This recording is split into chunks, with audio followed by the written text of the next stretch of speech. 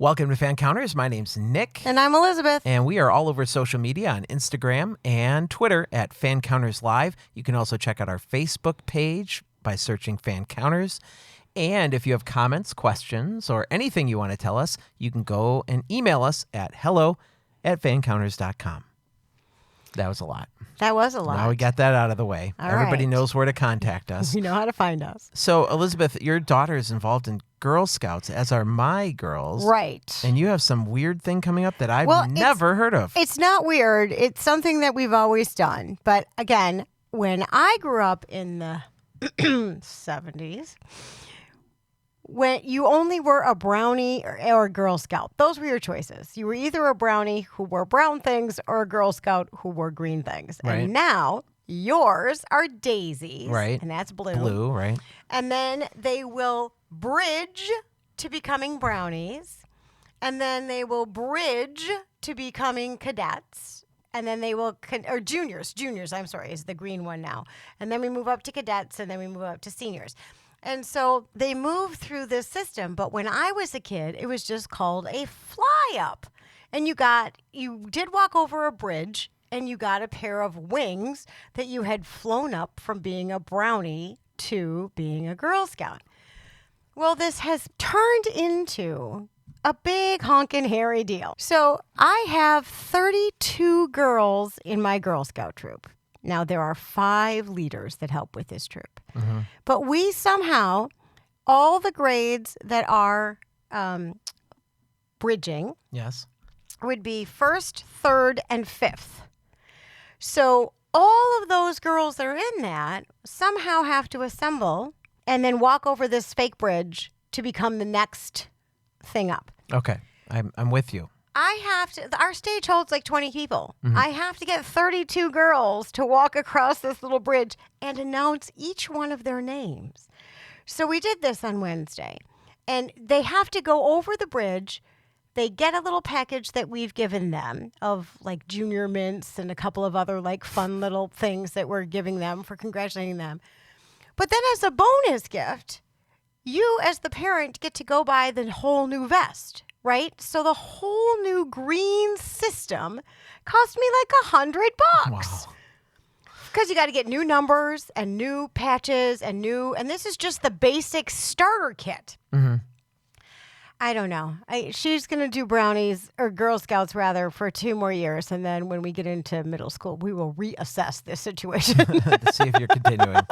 Well, that's what it is sometimes, these little clubs. And I'm like, man, all the money you have to pour out to be in soccer or Girl Scouts. And I mean, everything's just so expensive. Well, and we had kind of assumed after 2nd grade that we'd lose a whole bunch of Girl Scouts because, there's other things to do once we get to 3rd grade. Right. But no, we gained 4 new girls this year, and it just keeps getting bigger and bigger. We should have asked our guest today if she was in Girl Scouts. Oh, yeah. I'm guessing not with all the stuff that she's doing. Today on Fan Counters, we're welcoming Laya DeLeon Hayes. You may know her as the current voice of Doc McStuffins on Disney Junior. She's also been seen on Liv and Maddie, Chicago Fire, and Hey Arnold, the Jungle Movie. She can currently be seen on the highly successful Amazon series Just Add Magic. Today we'll learn about what it's like to take over the role of Doc McStuffins and hear more about where her young career is headed. Coming to you from nowhere near the entertainment capital of the world, this is Fan Counters, the podcast. You need to come to Hollywood. I'm going to make you famous. There was this mob of people, and they're screaming my name. Crazy fans. Stop following me. Don't come around my house. If you do, the cops are going to be at yours. I think this guy wants to fight me. Ended up being a fan. And they pull out of their backpack dozens and dozens and dozens of pictures of my face and tell me to sign all of them. Are you kidding me? I continually will get stopped. Can I take a picture? Oh my God. I definitely declined signing body parts. Oh, I don't want to go there. I'm the only one that's ever been on Sam Jackson and lived to tell about it. That's why we call it Fan Counters. I don't think you're going to last on the air very long. Hey, Leah, welcome to Fan Counters. Hi. How y'all doing today? We are good. So we're really excited to have you on the show because both Elizabeth and I have spent countless hours watching Doc McStuffins with our kids. Yes, we have. It's been a staple in our households. So before we do a little Doc talk, we kind of want to hear about how your career started. And since we've been doing this show, we found that many young actors and actresses haven't lived in LA or New York their whole entire life. They've come from somewhere else, and it sounds like you have too. I have. I'm originally raised in Dallas, Texas, and that's kind of where all of this starts. When I was younger, I wanted to do a bunch of things. I had tried dancing and cheerleading and gymnastics, and none of that really clicked for me until one day in third grade I was doing the morning announcements, which was on camera, and I would have a lot of fun doing that. And I thought, maybe I could be an actress. Maybe I could start doing television. So I asked my parents one day if I could start acting lessons, and they were really supportive of it. And after 2 years of acting lessons, that's when we started thinking maybe we should move out to LA and do this for real. Everything worked out. My dad's job transferred him out here to LA, and we wanted to be out here for acting, and that's what we're doing now. Do you have any brothers and sisters? No, I'm an only child. Oh, okay. So that was kind of an easy move for them. If the parents could find work and all of that, it worked out well. So how soon after? How soon after you moved to LA did you start auditioning? It was maybe about a month after moving out to LA, because we had to get an agent and a manager first. How do you do that without getting roles? Was that difficult? My parents back in Texas, they were really prepared, and they had looked everything up on how to do it when you got out here. But you do need an agent and a manager to, get you out on roles and out to audition. So that was very important coming out here. Some of your earliest roles include hit shows like Grey's Anatomy, Cougar Town. I saw on YouTube you had a scene with Courtney Cox, which was pretty cool. Huh? And you also were on Chicago Fire. Can you remember the first time when you walked on set and what maybe you were thinking and feeling? Yeah, I remember just feeling and thinking, wow, this is exciting. And also, I'm pretty nervous. But I think it was mainly excitement because when I was in Texas, I had dreamed about being on a set and on TV. So it was kind of like a dream and really surreal. Do any of your early roles stand out for one reason or another as a moment you won't forget? I think all of them will stand out as very memorable because Grey's Anatomy, that one was a really big deal because my mom used to watch it when we were in Texas, and Cougar Town was a big deal because it was my first job that I ever booked. And Chicago Fire was a big deal because it was our first time going out of state to film something. So I don't think I'll ever really forget any of those opportunities. So what was it like? You just mentioned, and I didn't know, Cougar Town was your first role, and you got to do it with the amazing Courtney Cox. What was she like, and walk me through that a little bit. Oh, yeah. So working with Courtney Cox, that was great. I only had a little conversation with her kind of in the show, but she was very nice and super supportive, and I just remember afterwards we got a photo with her, and I asked her to sign her autograph in my autograph book, and she was really nice about it. Oh, that's cute. Have you continued getting signatures in that autograph book? I think I did a commercial with Chris Paul, and I think I got his signature in the book, and then after that, I never got any more signatures in it. I think phones have taken over, and it makes more sense to take a picture with somebody than get their autograph. Very true. So when you were starting out, did you and your family worry that between roles maybe you wouldn't keep booking or this might not work out for you? Or did you always have the feeling that this is 100% going to work? I don't really think that ever crossed our mind because my parents, they have always believed in me and supported me with anything that I wanted to do. And I don't think they would have brought me out here if they didn't think that I could do it. And for me, that never crossed my mind because I was so young. And for actors, I don't think it really crosses their mind because we're just out here having fun and doing what we really love to do. So you played Elizabeth in the Nick original movie Santa Hunters, your first movie ever. Did you find that filming a movie was different than guest starring on a television show? Yeah, filming a movie was definitely a bit different than filming guest television appearances because it's for a longer period of time. We shot Santa Hunters over the course of 5 weeks, and we shot it out of the country, too, so that was really cool. But I think when you film a movie, you get to really create a nice bond with the cast that you get to work with. So there are some similarities, but there are a lot of differences also. Where did you film that movie out of the country? Vancouver, Canada. I was going to say it's got to be Vancouver because that's like the home to every... Yes. Santa movie. So it was January we filmed that, or February, and it was super cold. Yeah, we just got out of the cold weather. We're in Milwaukee, so it's our first week of warm weather here. Yeah, it snowed last week. Wow, well, we are on our first week of cold weather also. Wait a minute. It's been very warm here in Los Angeles. I was going to say, it's LA weather. I think they're aren't you in the 60s right now? Yeah, it's actually gloomy today. I think it's going to rain, which is very rare. Yeah. So the movie Santa Hunters had a lot of moments filmed in front of a green screen. Was that your first time where you had to act with a green screen? Yes, that was my first time that I had to act in front of a green screen. But it was a lot of fun, and it was something that I had seen other actors do, and I thought it was cool that I was getting the chance to do it. It's not too different than just regularly filming. It's you have to have the same kind of reactions and still be in the moment like you would if you weren't in front of a green screen. Did they prep you as to get you ready? Like, I know there was a car scene where you're driving, but you're not really driving. Yeah. How did they get you ready for that? Well, all we had to do was kind of sit in the car, and then something was pulling the automobile as we were sitting in the car. But I don't really remember us using green screen for that. I remember using green screen for the sleigh when we were in Santa's sleigh. And all we did was kind of rehearse in it and got to feel how it would really move when we were in front of the green screen. But it wasn't too different. So the movie was about trying to trap Santa. Did you ever try to sneak a peek of Santa when you were little? Of course. I think all kids try to sneak a peek at Santa Claus and see if he's really real. But I remember when I was a little bit younger, I would want to sneak a peek at Santa and see what presents I would get. But I never found him or saw him. Yeah, he's elusive. When I was a kid, my mom would put the presents she was going to give me under the tree, and I would always be so careful to undo the Scotch tape, trying to take a peek inside. Now, your mom and dad aren't listening. Don't worry. Have you ever done that? Are you guilty? Of course, yeah. I'm definitely guilty of doing that. I think we all are.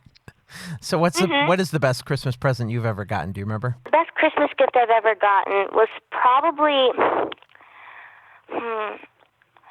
I went through a really big Michael Jackson phase when I was around 7 or 8. And one morning I woke up and I found a Michael Jackson doll under the tree, which I had begged for months. Just saying. And that was probably like a dream come true at the time because it was something I had really wanted. And I still have it also. Cool. Nice. The movie Santa Hunters also starred Mace Cornell, and you recently got to reunite with him when you guest starred on an episode of his show, Nicky, Ricky, Dicky, and Dawn. Did you guys both keep in touch after the movie? Is that sort of how this role developed, or is it totally a coincidence that you ended up on that show? I would say it's totally a coincidence. I still had to audition regular, and Mace and I and our families have totally kept in touch since Santa Hunters. Our families are really close, and I think a couple weeks ago we actually had dinner together, so he's still the same Mace, which is really good. He's really funny on that show because he kind of plays the dumb kid. He's one of the funniest people I know. Do your kids watch that show, Elizabeth? I saw Lily watching it just the other day, but I don't know anything about the show yet. Okay. Because I haven't sat down to watch it with her, so I don't know who all the players are yet. And you have obviously watched the show, right, Leia? Yes, I have watched a couple episodes. I watched my episode, too. Of course. So what was it like to work with Mace on set again? It was great. Like I said, he's one of the funniest and realest people that I know, so it was really good to reunite with him on set. So then, obviously, Doc McStuffins, who you're most known for, was an established series when you auditioned for it. What preparations did you make to help make sure that you nailed that audition? I had a really good voiceover coach who made sure that I was prepared and ready for anything when I went into the audition room. And for me, I was just trying to do my best and go in there and have fun. Do you know how many other kids were up for the role? I'm not really sure how many were up for the role, but I think I heard later on that it was between 400 to 800 kids. Oh my gosh, that's amazing. Yeah, it was a lot of people. That's an intimidating number to find that out. Obviously, you do not sound like Doc McStuffins at the moment. So what do you do to your voice to make you sound like Doc? I started Doc when I was 9, so my voice was pretty much the same as Doc's. It was so high pitch. And I think as years have passed, I've just kind of gotten comfortable with it, and it's like just a second role for me. I just kind of know how to go in and out through Doc and her voice. And how old are you now? I'm 13. Were those 3 auditions that you did to play the role of Doc, were they all the same? Did you have to do different things in them, or? They were all pretty different. I mean, the first audition, that was just a recording of my voice as Doc. And then the second audition, I actually went into a studio and we did some lines as Doc. And then the third time, it was between me and this other girl. And I had gone in, I had done the songs and some of the lines, and I had come out and I just talked to Chris Nee, the creator, and also the director, Maria Estrada, and they were super giddy, and they were like, "We'll see you real soon." And after that, I was like, I might have a chance of booking this. That would be great. So I have an 8-year-old daughter named Lily, who is African American. And Nick and I talk a lot about the lack of African American characters in starring roles. And since you're African American, can you talk to us about how special it was landing this role specifically, and what other roles you think you would like to go after? Yeah, I think what made Doc such a special role to book specifically was because it was my first voiceover role ever, and it was also one that I really wanted. Not only because Doc was and is positive and intelligent, but because she is a black little girl. And it makes me really happy to think that little black boys and girls, they can turn on the TV every morning and see someone who looks like them. And I think that's what TV needs more of, is characters that are positive and are good role models for kids and adults. So I'm really grateful that I get the opportunity to play a role like that. I agree, because Nick and I had talked in the past that the only other character that was not even superhero-ish, but was the Princess P from the Read It. Is that what it's called? I have no idea where you're going. Yeah, it's the one where they read. And the Princess P was one of the 4 characters about it. And she was the only other African American I could find anywhere in any kind of toys or any kind of, things that she could hold on to and participate in. Right, yeah. So I definitely think that we need a little bit more of that. It's kind of sad that there's not as many positive roles who are African American on television. We completely agree. Yes. Yeah. With Doc being a kids show for really young kids, is it weird to think that you have a fan base built out of 3 to 5-year-olds? No, I think it's more adorable that there's such little kids who can watch a show and love it so much. And I feel like when I was younger, I would do the same thing.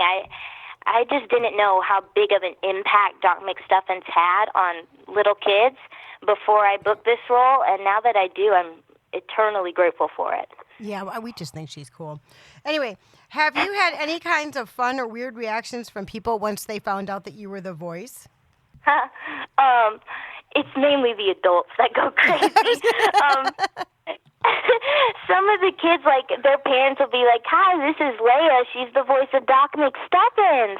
And the kids are looking for the actual Doc McStuffins. Where's the giant head thing, It can be a little confusing, but, the parents get really giddy and excited. We've even had one start tearing up. And the kid is, over there super confused. Look, we're not going to lie. We were really excited that you agreed to be on the show because I've told everyone. Yeah. Oh, thank you. So we are those adults that got geeked out just now. So yeah, y'all are the adults. We totally relate to that. So it's one thing to create a voice and deliver those lines, but I think using that voice to sing a song is a little bit different because you have to carry that same inflection and tone. And if you're changing your voice, you have to change it while you're singing. So did you find that to be a challenge to keep the Doc voice while singing? Because I've heard you sing and your normal voice, like singing voice, is amazing and nothing like what you hear on the show. Thank you. But for me, I feel like when I was 9, like I said, that was my regular singing voice. Everything was the same. So I think I can really just go back to those tapes and kind of memorize how I did it then. And I've gotten the hang of it ever since. So it's not too hard for me to kind of go from my regular singing voice to Doc's regular singing voice. Okay. So one of the most memorable episodes is when Doc goes to Washington and meets Michelle Obama. I'm assuming since you've never recorded the show with another cast who stars in it, you didn't get to meet Michelle, or did you? I didn't, unfortunately. Okay. But Chris Nee, our creator, she told us a bunch of good things about her. So, yeah. Spill the beans. What did she tell you? Well, she said that they had to go to Washington, D.C. to record it. She was not coming to L.A., obviously, because she's the first lady. Right. But she was saying that she was really sweet, and she talked very highly of Doc and of the show, so that's pretty amazing. That's very cool. Did she at least bring you back a signed something for your collection? She did not. Oh. I know. We don't really get to meet or talk to the people who are like on our show, but we have had like one encounter, and it was with Ludacris, who was on our show, and we got to meet him one time. Does Doc have a real first name, or is it always just Doc? No, her first name is Dottie. Oh, you know what? I think I have heard that. Yes, it's Dottie McStuffins. That's her full name. Okay. You just don't hear it. Right, in because they episodes call her very Doc. often. Right. I'm with you now.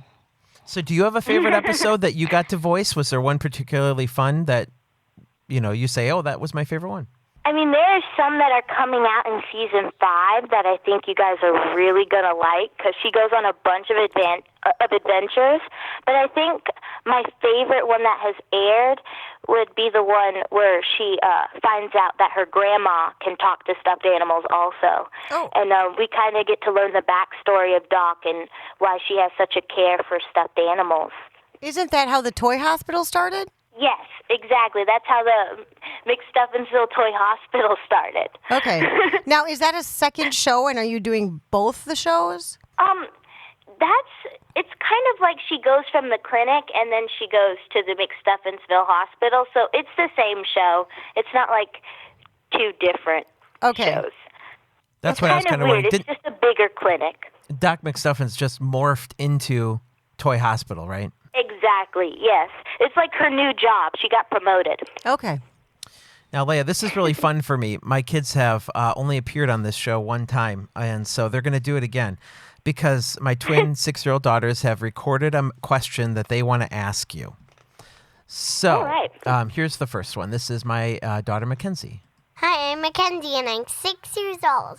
If you would write an episode of Doc McStuffins, what would it be about? Okay, first of all, that was adorable. And second, if I could write an episode of Doc McStuffins, it would probably be about Doc McStuffins meeting Beyonce. And then doing There you go. Amazing duet. And then Blue Ivy would come, and she'd be like, hey, can you fix my stuffed animal? And Doc would fix their stuffed animal, and they'd have like this amazing duet together. That would be a dream episode and a dream movie. Yes. You've put some thought into that. That's good. Good job, I did. sweetie. I put some thought into that. All right, so here's her twin sister, Madison. Hi, Leia. I'm Madison, and I'm 6-year-old. What stuffed animal do you like to sleep with at night? The stuffed animal that I love to sleep with, I have this stuffed panda that I sleep with at night. And it's from another voiceover project, but it's very cute, and it keeps me warm at night. So, yeah. So do you own a Doc McStuffins stuffed person? Yes, I do. I own a Doc McStuffins stuffed animal. I own Doc McStuffins T-shirts, one that says "Keep Calm and Doc On." I own a bunch of the toys.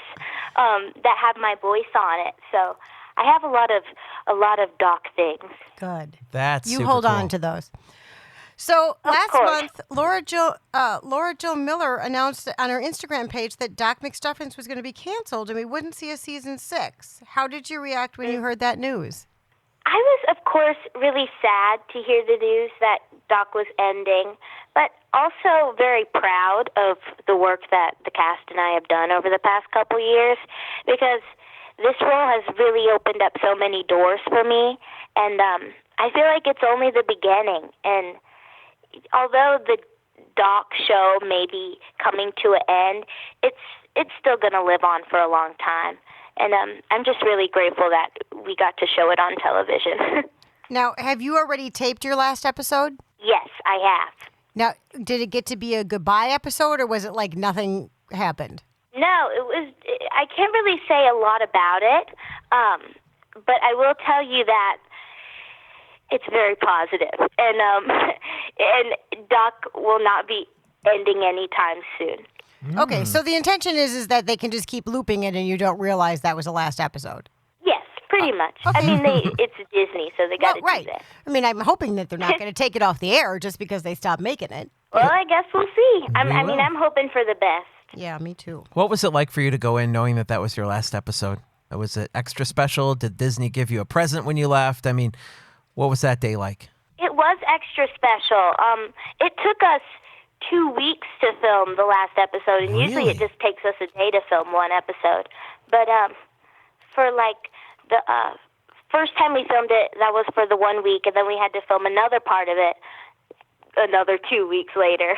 And it was special, but it still didn't feel like our goodbye, because I think we still know that we're going to be back to film toys and apps and all things like that. Okay, so it's the end, but not really, so that's good. It's kind of the end, but not for sure. Yeah. They'll probably be back to celebrate later on, but it's not the official end yet. I think we need a Christmas special. Oh, yeah. Yeah, or something. Oh, you will see. You will definitely see. Be careful what you wish for. Good. That's all I can say. In addition to Doc McStuffins, you've also voiced the character Nadine in Hey Arnold, the Jungle movie. Can you give us an overview of the voice acting recording process? Yeah. For each voiceover project, it can be a little different. For Nadine and for Doc, we all recorded separately. So I would spend up to maybe like 2 to 3 hours in the recording studio, and we just kind of do the lines maybe 3 times in a row, and then they pick which one that they like. And then for other voiceover projects, we get to do it all together, which is a lot of fun. And that can take somewhere between 2 to 4 hours. And yeah, that's kind of, it's definitely a little different when you do it together, but I think it's a lot of fun also. I have to throw this question in there because I meant to ask it earlier, but I just thought of it. Chris Nee's the creator of Doc McStuffins, but was she was she the one giving you direction when you were recording those lines, or was there like a different director for each episode?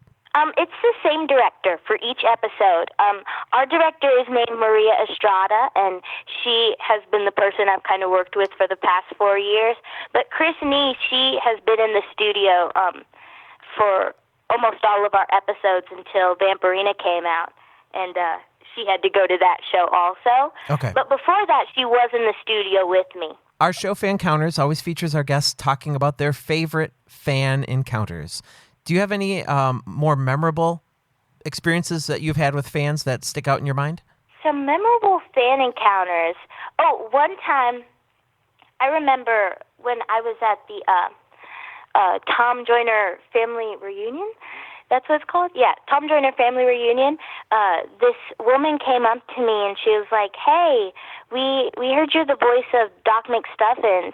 Can you sing to my baby?" And so I sang to this girl's baby to the Time for Your Checkup song. And like the baby did not know what was going on. But that was one of my favorites because it was very cute. That's pretty neat. That is. Mm-hmm. Have you had any weird or awkward encounters with fans? Oh, yes.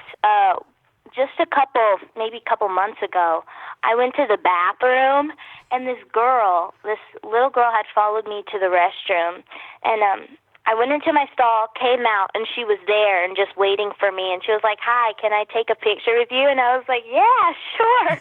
But she had followed me all the way to the restroom, so it was kind of awkward. A bathroom selfie. Yeah.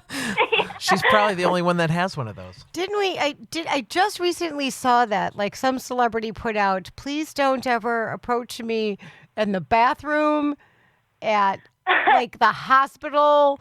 Or, like, there was a third place, like, can I just have these 3, like, places? Like, can the bathroom just be sacred? You know, like, could you not follow me into the bathroom? That's hilarious, because it's so weird. Wow. It's weird, but it's adorable also. Do people give you gifts? We haven't had many encounters where people have given me gifts. I think the best gift that I've really gotten from a little girl has been this rock that I got. I got a rock from this little girl, and she colored it purple, and that was cute. But I also got some cookies from somebody. We get a lot of food from people also. Okay. We've had this conversation with other young actresses. Do you eat the food? No. I was going to say, no. It's a little bit spooky to eat the food. Yeah, don't eat the food. I don't eat the food. Well, that's what we say. It's the thought that counts. Well, I was going to say, that's what we've said to other actresses that are young. Like, don't eat the food unless it's prepackaged and sealed, man. Don't eat the food. I say that about any kind of food that people would give you. That's just, you don't know where that stuff came from. Yeah, and I don't know what's in it, and no thank you. You don't know how long they've had it. Right. And I'm allergic to a lot of things. You can put a lot of stuff in there that'll kill me. So no, I don't eat anything anyone's made me. So let's turn the tables a little bit. Have you ever been starstruck around a celebrity that you've wanted to meet? Oh, yes. I have always wanted, I was a big Hamilton fan a couple years ago, and so I would listen to the soundtrack like every day. And there's a woman on there who plays Eliza, the original Eliza, named Philippa Sue. And I got the chance to meet her, and I swear I was like screaming internally. I was so excited. And like, it was to the point where I was like crying almost. And I don't get starstruck that often, but that was one that I can remember. And last week or 2 weeks ago, I met Allison Janney from I, Tonya. And from the show Mom. Yeah. And that was super incredible. And she was so nice. So those are 2 that I've gotten starstruck with. She's also part of the Disney family. Allison is? Yes, she is. She is the voice of Peach, the starfish, in Nemo. Oh, I did not know that. Well, stick around. I'll teach you lots of stuff. I did not know that. Yes. She's the one going, "Stop tapping on the glass." Oh, funny. That's Allison Janney. She paid. So funny that you know that, though. Like, yeah, we are huge Disney That's lovers, crazy. man. Yeah, so she is part of the Disney family because she is in Finding Nemo. She is the starfish. Where did you meet her? Where did you bump into her? Well, we were filming a pilot at Warner Brothers, and, you know, she filmed right next to us for her show Mom, and she just so happened to be on the stairs when I was going up to my dressing room, and I was like, oh, my gosh, that's Allison Janney. Nice. Well, you know you made it in Hollywood when you're featured in a segment of TMZ. Back in 2016, TMZ featured your singing of the national anthem when they ran into you at a mall, and you made a plea to the Lakers and Clippers that they should have you perform. So since then, it's been 2 years. Have you been able to sing the national anthem for an NBA game? No, I haven't. There was a lot of controversy with that interview, and adults took it a little too seriously. So we've kind of been focusing more on acting at the moment. What was the controversy? Like, it was a neat interview, I thought. It was Colin Kaepernick. they thought it was associated with that, and I was like, bro, I'm 12. Like, that's not even what I was trying to say. Oh, when I watched it on YouTube, I didn't know the backstory of why you were singing the national anthem. Okay. Yes, So- that that was the backstory. Yeah, let's not involve children in Yeah, these yeah. ridiculous No, adult thank you. issues. Let's talk about your current series, Just Add Magic, from Amazon Studios. In this show, you play Piper. Can you tell us a little bit about the show and how Piper fits into the story? Yeah, so my character, Piper, well, first of all, the show is about 3 girls. It's about Hannah, Darby, and Kelly, and they find this magical cookbook that can make magical recipes, and that's where the show kind of starts and how their adventures unfold. But my character, Piper, comes in season 2B as Darby's friend when they're doing the play at school. And you don't really know much about her yet, but next season you will get to know a lot about her and how close she is with the girls and what she also learns later on in the season. Is there a favorite episode that you have that you've filmed so far? Yes, my favorite episode that I've filmed so far is one that y'all haven't seen yet. It's called Just Add Piper, and it's very dramatic, and a lot of things go down, but you'll get to see it early next year. Oh, next year? Like 2019? Next 2019. Oh I think it'll come out early 2019. I can't wait that long. I get Well, excited you're gonna just have to I'm just rewatch gonna season have to. 2B until then. Patience, mister. Patience. It's very difficult to be patient when you're like waiting for an episode to come. So, yeah. So let's talk about films. You are listed in the cast of an upcoming film. I don't think you've filmed it yet. It's called Most Likely To, starring the amazing Yvette Nicole Brown. And I know Yvette because she appears on The Talking Dead after all the Walking Dead episodes on AMC. And she does a dozen other amazing shows. But you might not be able to say much, but can you tell us a little bit about the movie and maybe even how you auditioned for it and got the role? Yeah, so I cannot tell you a lot about it, but the movie is actually a TV show. It was a pilot that we did a couple weeks ago. And the audition process was pretty long. We had 4 auditions for it, but I was really grateful that I got to do it with Yvette also for testing. And she's one of the most amazing people that I've gotten a chance to work with. And just watching her work was inspiring. So hopefully you guys will get to see it later on this year, but I guess we'll see. So not a film, but it's TV. It's TV. It was a pilot we shot. Okay, cool. For ABC. It was a pilot for ABC. So all right. Hopefully you guys will get to see it. I hope. So another series that you appeared on a few times is Liv and Maddie, another Disney show. And on this show, Dove Cameron plays identical twins. And can you give us a behind-the-scenes scoop on how they film the show when Dove interacts with herself on screen? Yeah, so, well, first, Dove is incredibly talented for being able to do both of those characters so well. But when Dove is playing Liv, she'll have somebody come and play Maddie, someone that she can react off of, and then they'll kind of just switch spots every time that they need a scene where she's playing Liv or a scene where she's playing Maddie. Okay.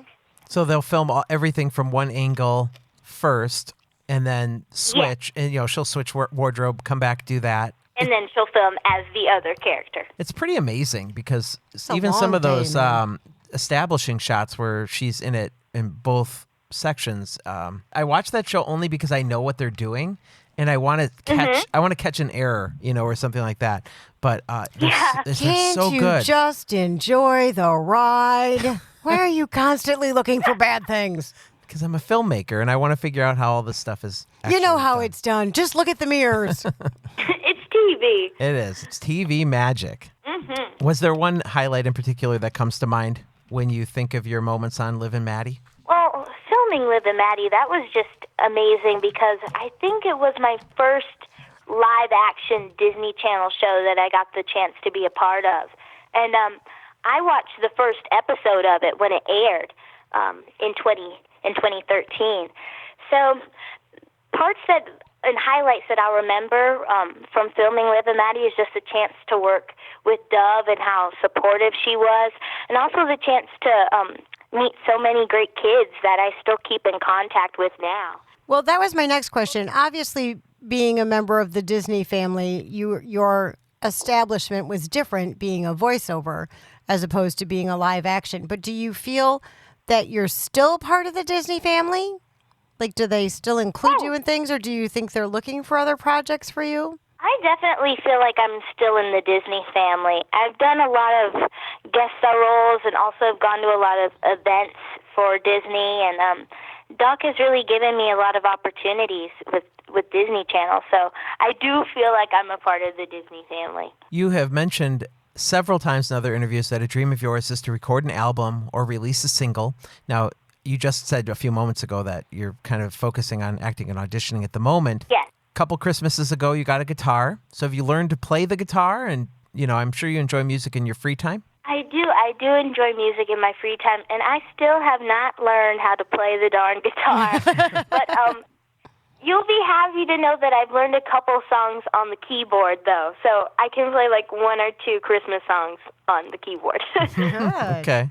So besides acting and auditioning, what do you like to do for fun in your free time? Well, although it can really keep my schedule very busy, acting and auditioning can, I do like hanging out with my friends and watching movies and TV, going to the beach, regular kid things, really.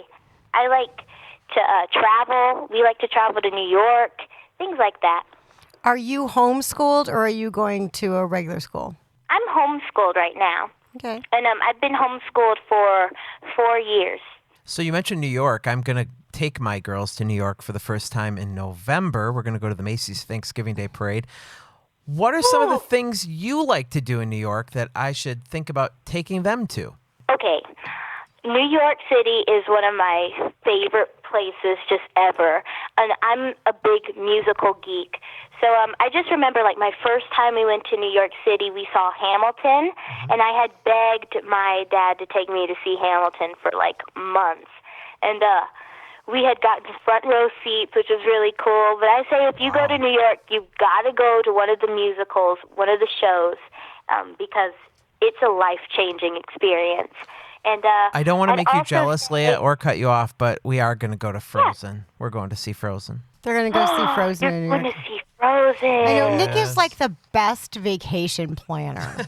He takes these girls to the best stuff.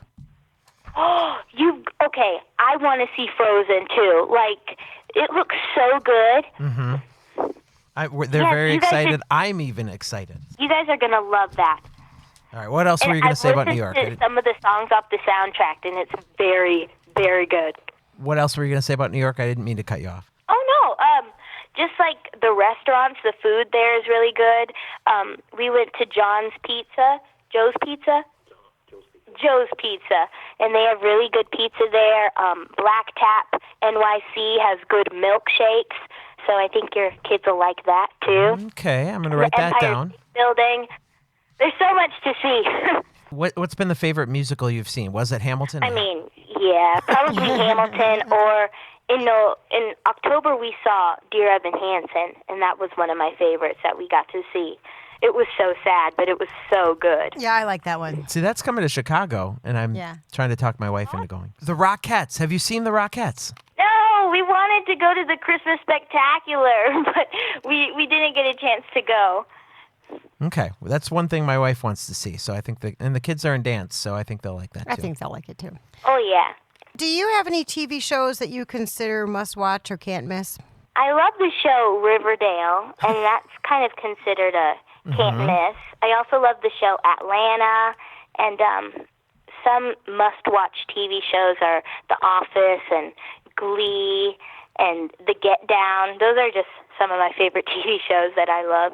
And what restaurant do you think you can't live without? I cannot live without this restaurant in Los Angeles called Loteria.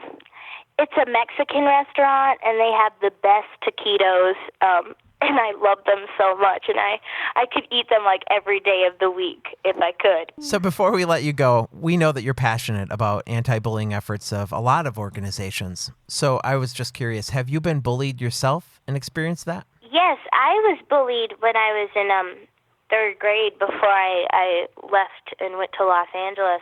But I was always the shortest in my class, and I would have this one guy make fun of how petite I was and how small I was, and that kind of made me feel bad.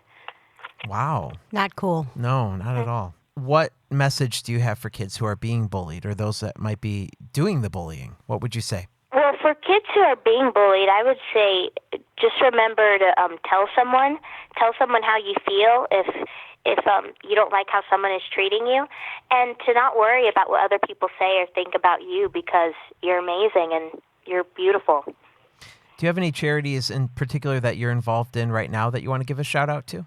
Yes, I'm with a charity called Free to Love.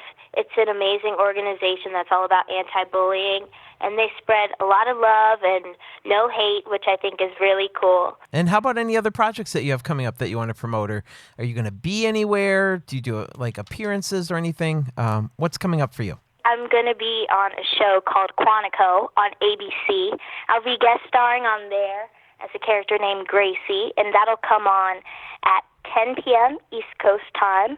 And then I'm going to be on a show called Raven's Home on Disney Channel, which will air a little bit later this year. Okay. And I'll be guest starring on Code Black. There'll be season 5 of Doc McStuffins coming out. You have Just Add Magic to look forward to. And there are also 2 other projects that I can't really speak about yet, but I hope you guys get to see very soon. You are busy. We are huge Raven's Home fans. So what are you playing on that show? I can't really announce a lot of it, but I will tell you I am a step dancer in it. Oh, nice. I'm going to be stepping a lot, which is really fun and was very challenging, but one of my favorite roles that I've gotten to play. You mentioned dancing, and that you used to do dance and gymnastics and that kind of stuff. Do you still take dance lessons at a studio somewhere in L.A.? No, I don't take dance lessons. I did when I first came out here. I kind of just dance for fun now, and I don't really take a lot of lessons anymore for dance. And being so busy, do you even have time for friends? I definitely have time for friends, but doing classes and things like that, I have such a busy schedule. And seeing my friends too, we all have busy schedules also, so we make time to see each other because we're homeschooled. So where can we find you on social media? You can find me on my Instagram, which is at Laya DeLeon Hayes, which is LayaDeLeonHayes. You can find me on Twitter, which is at Laya Hayes, and my Facebook fan page, which is also at Laya Hayes. Thank you so much for joining us, Laya. We really appreciate you being here. Thank you for your time. Thank you. This was a lot of fun. Our thanks to Laya for joining us today on Fancounters, another Doc experience. Now we've got the whole story. That's right. We've done them both. Both Doc McStuffins, Kiara Muhammad and Laya DeLeon Hayes. Were you eating on mic? Seriously? I was, and I'm terribly sorry for those of you who heard me crunching. Okay, not only is she eating on mic while we're doing a show, she's eating corn nuts. I was sucking on them in an attempt not to make the noise. That doesn't help. But our schedules are a little bit mixed up, and I was hungry. Okay. And so this is what I grabbed at the dollar store for $1. Now, I will tell you a quick story about corn nuts before we leave for the week is I took those into a movie theater, and I thought, this is the perfect movie snack.